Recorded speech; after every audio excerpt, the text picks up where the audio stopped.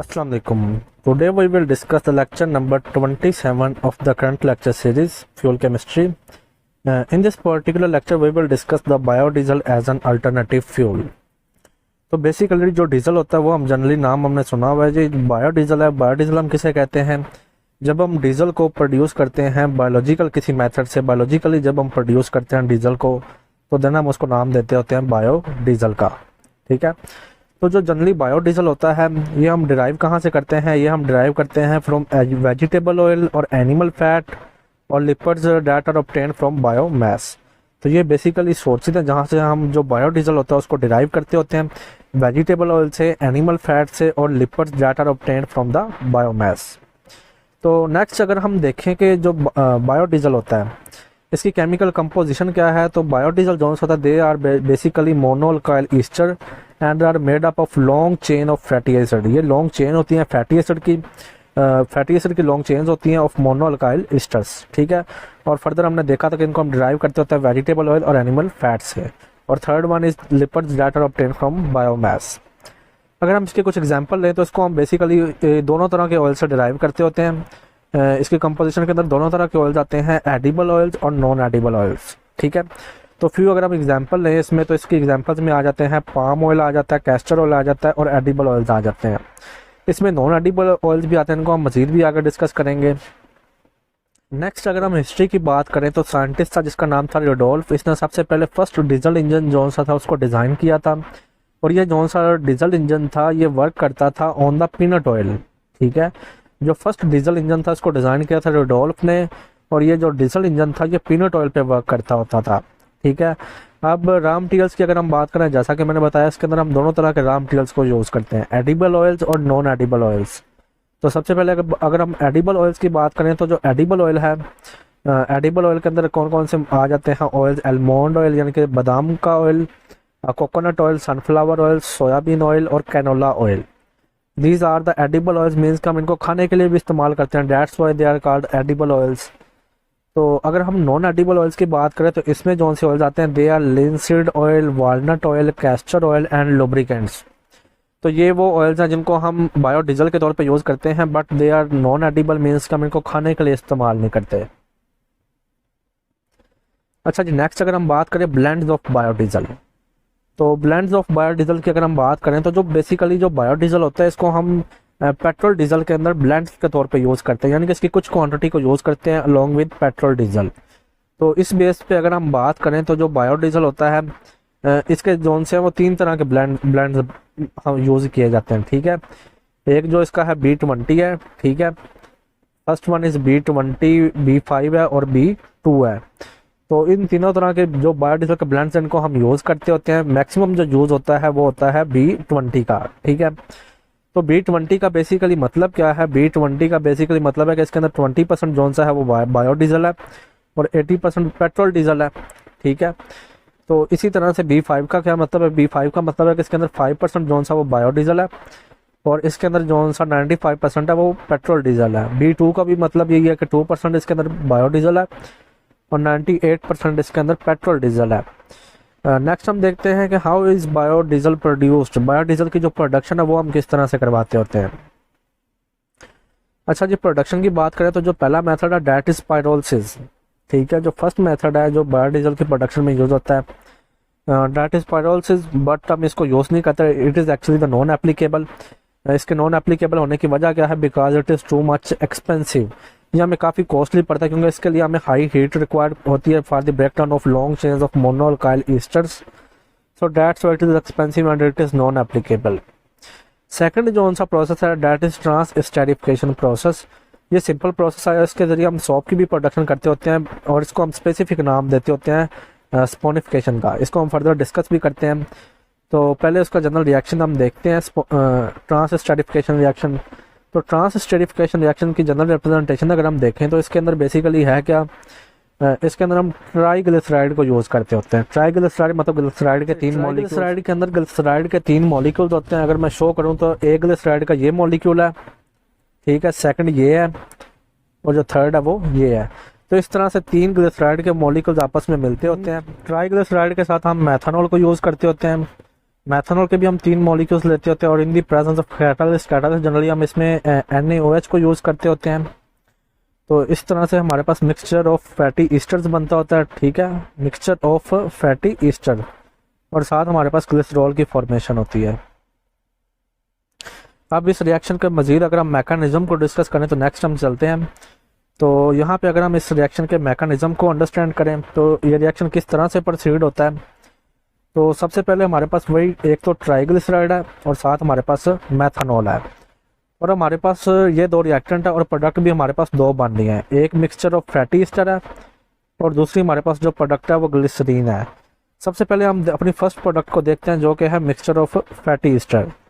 तो इसके अंदर हमारे पास जो दोनों रिएक्टेंट हैं, जो हमारे पास ट्राइग्लिसराइड है, इसका जो सा ये वाला पोर्शन है ब्लू वाला, ठीक है, इसका जो सा ये वाला पोर्शन है OC डबल बॉन्ड O और सिंगल बॉन्ड विद R, ये हमारा पोर्शन इन्वॉल्व होता है in the formation of fatty Easter. और जो मैथनॉल में से जो हमारा पोर्शन है मिथाइल जोन्स है, तीनों मिथाइल जोन्स हैं, ठीक है, मैथनॉल में से तीनों जोन से मिथाइल होते हैं, ये इन्वॉल्व होते हैं in the formation of fatty Easter. अब हम अगर सेकंड हमारी प्रोडक्ट की बात करें जो कि है ग्लिसरीन, ठीक है, अगर हम ग्लिसरीन की बात करें तो इसकी फॉर्मेशन के अंदर हमारा जोन सा ट्राइग्लिसराइड है। ट्राइग्लिसराइड का जोन सा ये वाला पोर्शन है, ये CH2 CH और CH2 ये इन्वॉल्व होता है। और मैथनॉल के अंदर से जोन सा हाइड्रोक्साइड है, 3 मैथनॉल है तो 3 हाइड्रोक्साइड होंगे, तो ये इसके साथ मिलते हैं और हमारे पास ग्लिसरीन की फॉर्मेशन होती है। तो इस तरह से ये रिएक्शन जोन सा इसका मैकेनिज्म वर्क करता होता है। नेक्स्ट अगर हम स्पोनिफिकेशन की बात करें, हमने देखा था कि इसके अंदर सोप की भी फॉर्मेशन होती है जिसको हम स्पोनिफिकेशन बोलते होते हैं। तो ये किस तरह से होती है अगर हम इसको स्टडी करें तो इसमें वही हमारे पास जोन सा ट्राइग्लिसराइड है, ये इन्वॉल्व होता है, ठीक है। ट्राइग्लिसराइड जब रिएक्ट करता है सोडियम हाइड्रोक्साइड के साथ, ठीक है, तो ग्लिसरॉल की फॉर्मेशन होती है। ग्लिसरॉल की फॉर्मेशन के साथ ये सोप की फॉर्मेशन होती है। सोप के अंदर बेसिकली होता क्या है कि ये जोन से सोडियम आयंस होते हैं, ये O नेगेटिव चार्ज के साथ मिलते होते हैं और इसके साथ हमारे पास ये इंटरेक्शन बनता होता है, आयोनिक इंटरेक्शन जिसे हम बोलते होते हैं, और सोप की फॉर्मेशन होती है। नेक्स्ट अगर हम देखें कि स्टेरिफिकेशन अक्कर कैसे होती है, जनरल जो ईस्टर बनता होता है, ईस्टर की फॉर्मेशन कैसे होती है कि जब जनरली एसिड जोन सा होता है अल्कोहल के साथ रिएक्ट करता है तो ईस्टर की फॉर्मेशन होती है। आगे अगर हम इसका डिफरेंट स्टेप्स देखें स्टेरिफिकेशन प्रोसेस के, तो उसमें जो सा सबसे पहला है that is pre treatment oil. तो प्री ट्रीटमेंट ऑयल में क्या होता है कि सबसे पहले फिल्ट्रेशन होती है ताकि जो हमारे पास रिएक्टेंट के अंदर डर्ट वगैरह रिएक्शन के अंदर और पार्टिकुलर मैटर है उसको रिमूव किया जा सके। देन वाटर और वाटर जोन सा होता है उसको रिमूव किया जाता है ऑयल से। As we know that water and oil are immiscible in each other so we can easily remove it. तो अब जो इसके अंदर ना बायोडीजल के अंदर जोन से फैटी एसिड होते हैं, ये हमारे पास अनडिजायरेबल प्रोडक्ट हैं, ठीक है। अनडिजायरेबल प्रोडक्ट का मतलब क्या है कि मतलब कि हमें इसको रिएक्शन में से रिमूव करवाना होगा क्योंकि ये ट्रांस स्टेरिफिकेशन शो नहीं करते। अब FFA जोन सा free acid free fatty acid, FFA stands for free fatty acids, ये लॉन्ग चेन होती है कार्बोक्सिलिक एसिड की। अब अगर हमारे पास रिएक्शन में कंडीशन अगर तो इसका जो कंटेंट है FFA का लेस देन 1% है तो ये एक्सेप्टेबल होगा, लेकिन अगर इसकी जो कंसंट्रेशन होगी वो मोर देन 1% होगी तो हम इसको एक्सेप्टेबल नहीं समझेंगे और हमारा जो सा ट्रांस स्टेरिफिकेशन रिएक्शन होगा वो प्रोसीड नहीं होगा। अब इसकी वजह क्या आती है अगर हम नीचे देखें, फ्री फैटी एसिड, ये एक स्ट्रक्चर है फ्री फैटी एसिड, तो इसके अंदर जो सा है एक तो ये कार्बोनाइल ग्रुप होता है, साथ ये O नेगेटिव लगा होता है चार्ज, ठीक है। ये ऑक्सीजन के ऊपर जो सा है ये नेगेटिव चार्ज होता है। तो अब बेसिकली होता क्या है कि ये जो सा हमारे पास ऑक्सीजन के ऊपर यहाँ पे लगा होता है नेगेटिव चार्ज, ये जो ऑक्सीजन है इसके ऊपर नेगेटिव चार्ज लगा होता है। अब ये जो सा नेगेटिव चार्ज होता है ये रेजोनेट करता है जिसकी वजह से हमारे पास गुड यील्ड प्रोड्यूस नहीं होती। अब ये किस तरह से करता है कि ये जो सा O नेगेटिव होता है जब ये कार्बन के ऊपर अटैक करता है तो ये जो सा डबल बॉन्ड होता है ये शिफ्ट हो जाता है, यहाँ पे चार्ज डेंसिटी और यहाँ पे जो सा होता है वो नेगेटिव चार्ज आ जाता है, ठीक है। यहाँ पे नेगेटिव चार्ज आ जाएगा तो इस तरह से यहाँ पे डबल बॉन्ड बन जाएगा, इस पोर्शन पे डबल बॉन्ड बन जाएगा। तो अगेन यही काम होगा कि ये जो सा O नेगेटिव होगा, नेगेटिव चार्ज दोबारा से इस पर अटैक करेगा, फिर ये यहाँ पे आ जाएगा तो यहाँ पे डबल बॉन्ड और यहाँ पे नेगेटिव चार्ज आ जाएगा। तो इस तरह से ये वाला जो सा पोर्शन है इसके अंदर क्या होती है रेजोनेंस होती है। इस रेजोनेंस की वजह से ट्रांस स्टेरिफिकेशन प्रोसेस नहीं होता और हमें रिएक्शन के अंदर से गुड यील्ड नहीं मिलती होती। So that's why it is compulsory to remove the free fatty acid content. So अब नेक्स्ट हम मेथड देखते हैं कि हम किस तरह से FFA को रिमूव करवा सकते हैं। तो जो सबसे पहला मेथड है वो क्या है, तो फर्स्ट मेथड इज कि हम एसिड को ऐड करेंगे, ठीक है, एसिड को ऐड करेंगे ऑयल के अंदर to convert FFA into carboxylic acid, ताकि हमारे पास जो FFA है उसको हम फैटी कार्बोक्सिलिक एसिड के अंदर कन्वर्ट कर सकें, ताकि रेजोनेंस का फिनोमेना हो ना हो। तो इसके अंदर बेसिकली होगा क्या कि जो सा हमारे पास फैटी एसिड का ये पोर्शन है, ये जो सा नेगेटिव चार्ज होगा O नेगेटिव, ये प्रोटॉन पे अटैक करेगा और OH ग्रुप बन जाएगा, ठीक है, ये हमारे पास OH ग्रुप बन जाएगा। अब इसकी मदद से होगा क्या कि हमारे पास ये जो सा OH होगा फर्दर ये किसी भी मैथनॉल या एथनॉल के साथ रिएक्ट करेगा, ठीक है, मैथनॉल या एथनॉल के साथ रिएक्ट करेगा और ईस्टर की फॉर्मेशन कर देगा। तो इस तरह से हमारे पास ये जो सा रेजोनेंस वाला फिनोमेना वो खत्म हो जाएगा और ट्रांसएस्टरिफिकेशन रिएक्शन जो सा होगा वो परफॉर्म होगा। अच्छा जी, सेकंड जो सा मेथड है जिसके जरिए हम ये जो सा FFA का कंटेंट है इसको रिमूव करवा सकें, वो है वही स्पोनिफिकेशन वाला कि साल्ट की फॉर्मेशन।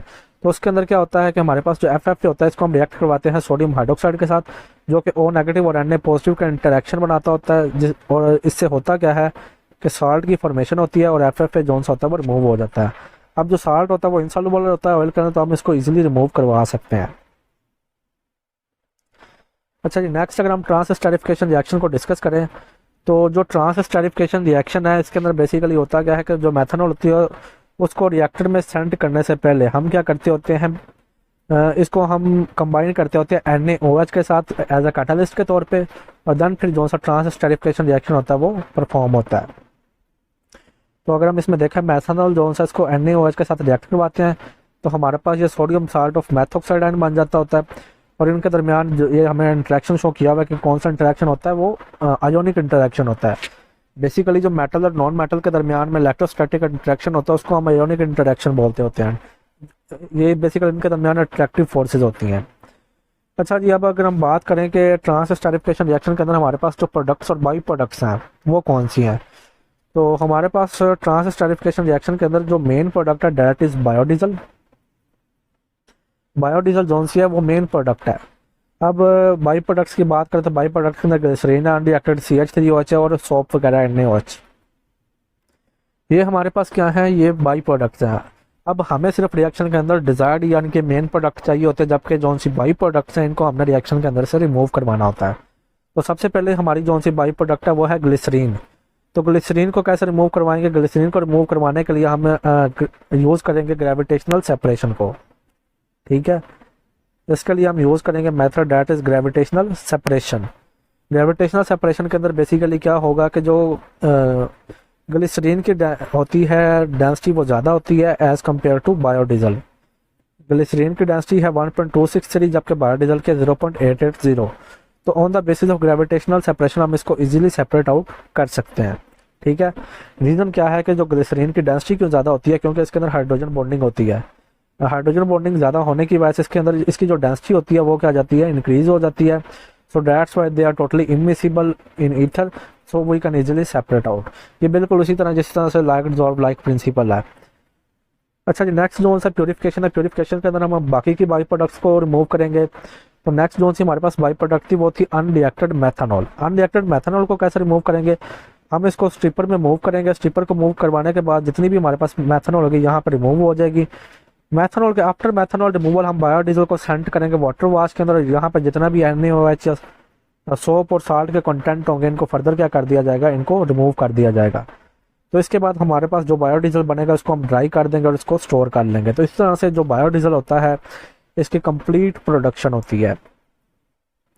अच्छा जी, लास्ट में अगर हम एडवांटेजेस की बात करें बायोडीजल का एडवांटेजेस, तो फर्स्ट वन इसके ये एक रिसाइकलिंग प्रोसेस है, यानी कि हमारे पास रीन्यूएबल सोर्स हम इसको रिसाइकल भी कर सकते हैं। That is sustainable and reduce our dependence on fine fossil fuel. तो ये हमारे फॉसिल फ्यूल के ऊपर जो डिपेंडेंस है उसको भी कम कर देगा। तो नेक्स्ट कौन सा एडवांटेज है, that is lower emissions. Lower emissions में क्या है कि जो बायोडीजल है it has significantly lower emission as compare to the petrol based biodiesel. Sorry, petrol based जो डीजल फ्यूल्स होते हैं उनकी अकॉर्डिंग ये जो सा बायोडीजल है इसके अंदर लोअर एमिशंस होती है, जो कि हमारे पास जो यानी कि ग्लोबल वार्मिंग का इतना ये जोन सा होता है काज नहीं करता होता। तो जिसकी वजह से ये रिड्यूस करता है एयर पोल्यूशन को और पब्लिक हेल्थ को भी इम्प्रूव करता है।